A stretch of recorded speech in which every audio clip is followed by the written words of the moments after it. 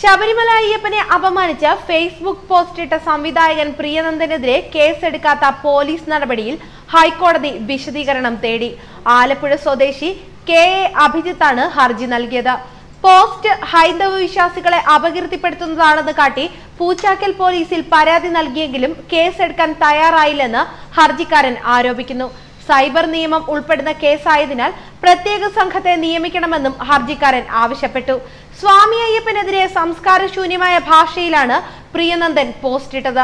സംഭവം വിവാദമായതോടെ നീക്കം ചെയ്തെങ്കിലും തന്റെ നിലപാടിൽ ഉറച്ചു നിൽക്കുന്നതായി അദ്ദേഹം വ്യക്തമാക്കിയിരുന്നു. ഇതോടെ RSSും BJPയും ശബരിമല കർമ്മസമിതിയും മതനിന്ദ ആരോപിച്ച് സംവിധായകനെതിരെ രംഗത്തെത്തി. പോലീസ് സുരക്ഷയില്ലാതെ വീടിന് വെളിയിലിറങ്ങാൻ കഴിയില്ലെന്ന് BJP സംസ്ഥാന ജനറൽ സെക്രട്ടറി B ഗോപാലകൃഷ്ണൻ ഭീഷണിപ്പെടുത്തി. എന്തു വന്നാലും നിലപാടിൽ മാറ്റമില്ലെന്നും കൊല്ലാമെങ്കിൽ കൊന്നോളൂ, ഭീഷണിയെ ഭയക്കുന്നില്ലെന്നും താൻ വീട്ടിൽ തന്നെയുണ്ടെന്നും പ്രിയനന്ദൻ മറുപടിയും നൽകിയിരുന്നു.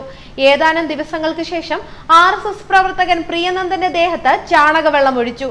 വല്ലച്ചിറയിൽ പ്രിയനന്ദന്റെ വീടിനടുത്തുള്ള കടയുടെ മുന്നിലായിരുന്നു ആക്രമണം. അയ്യപ്പനെ അപമാനിച്ചതിന്റെ ശിക്ഷയാണെന്ന് ആക്രോശിച്ച് മർദ്ദിച്ച ശേഷമാണ് ചാണകവെള്ളം ഒഴിച്ചത്. അക്രമിയായ തൃശൂർ വല്ലച്ചിറ സ്വദേശിയായ സരോവറിനെ കൊടുങ്ങല്ലൂരിൽ നിന്നാണ് പോലീസ് അറസ്റ്റ് ചെയ്തത്. പ്രിയനന്ദന്റെ പരാതിയെ തുടർന്നാണ് സരോവറിനെ അറസ്റ്റ് ചെയ്തത്.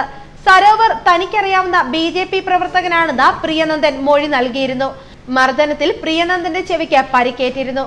ഫേസ്ബുക്ക് പോസ്റ്റിന്റെ പേരിൽ സംഘപരിവാർ സംഘടനകൾ നേരത്തെ പ്രതിഷേധവുമായി രംഗത്തെത്തിയിരുന്നു. സൈബർ ആക്രമണം നേരിടേണ്ടി വന്നതിനെ തുടർന്നാണ് ഫേസ്ബുക്ക് പോസ്റ്റ് പിൻവലിച്ചതെന്നും അദ്ദേഹം പറഞ്ഞിരുന്നു. എന്നാൽ പോസ്റ്റിലെ ഭാഷ മോശമെന്ന് ബോധ്യപ്പെട്ടതുകൊണ്ടാണ് പോസ്റ്റ് പിൻവലിച്ചതെന്നും നിലപാടിൽ മാറ്റമില്ലെന്നും ഇതിന്റെ പേരിൽ മാപ്പ് പറയില്ലെന്നും നേരത്തെ പ്രിയനന്ദൻ വ്യക്തമാക്കിയിരുന്നു. ഇത് സംഘപരിവാർ ശക്തികളെ ഏറെ പ്രകോപിതരാക്കിയിരുന്നു.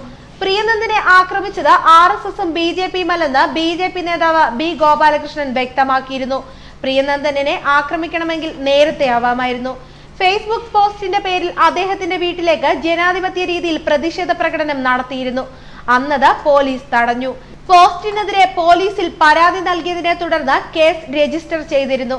അതോടെ BJPയുടെ പ്രതിഷേധം അവസാനിച്ചെന്നും ഗോപാലകൃഷ്ണൻ വ്യക്തമാക്കി. ഇപ്പോൾ വീണ്ടും പരാതിയുമായി എത്തിയ അഭിജിത്തിന് എന്തെങ്കിലും രാഷ്ട്രീയ താല്പര്യമുണ്ടോ എന്നും പോലീസ് അന്വേഷിക്കുന്നുണ്ട്. ന്യൂസ് ഡെസ്ക് മലയാളി വാർത്ത.